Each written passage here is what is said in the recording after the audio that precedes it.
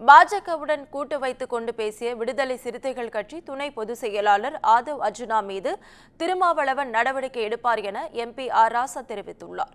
ஈரோடு மாவட்டம் சத்தியமங்கலத்தில் செய்தியாளர்களை சந்தித்த அவர் இவ்வாறு கூறினார். திரும்ப சொல்றேன், திருமா அவர்களோ அல்லது CPI, CPM உள்ளிட்ட காங்கிரஸ் உள்ளிட்ட இஸ்லாமிய அமைப்புகள் உள்ளிட்ட எல்லோரும் அரசியல் சட்டத்தை காப்பாற்றணும்.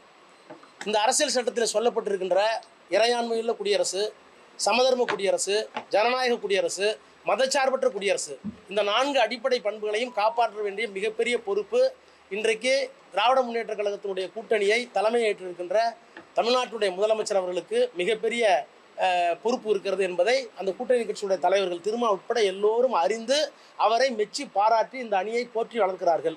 அதில் குறுக்க யாரோ முதிர்ச்சியின்மை காரணமாக இப்படி பேசுவது கூட்டணி அறத்துக்கு சரியாக வராது. அதை திருமா அவர்கள் புரிந்து கொண்டிருக்கிறார்.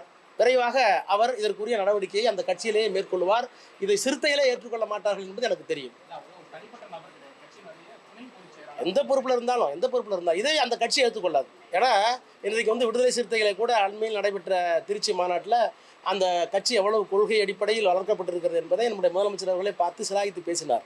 எனவே இந்த மாதிரியான குழப்பத்தை விளைவிக்கின்ற பாரதிய ஜனதா கட்சிக்கு துணை போகின்ற அல்லது துணை போகிறார்களோ, ஒரு குறுக்கு அரசியல் செய்கிறார்களோ, மதவாத அரசியலுக்கு தெரிந்தும் தெரியாமல் விலை போகிறார்களோ என்று எண்ணக்கூடிய அளவுக்கு ஒரு கருத்தை சொல்லுவதை எழுச்சி தமிழர் திருமா அவர்கள் ஏற்க மாட்டார். விரைவில் நடவடிக்கை எடுப்பார் என்ற நம்பிக்கை எனக்கு தனிப்பட்ட முறையிலும் இருக்கிறது. திராவிட முன்னேற்ற கழகத்தினுடைய துணை பொதுச் செயலாளர் என்கின்ற அந்த நிலையும் இருக்கிறது.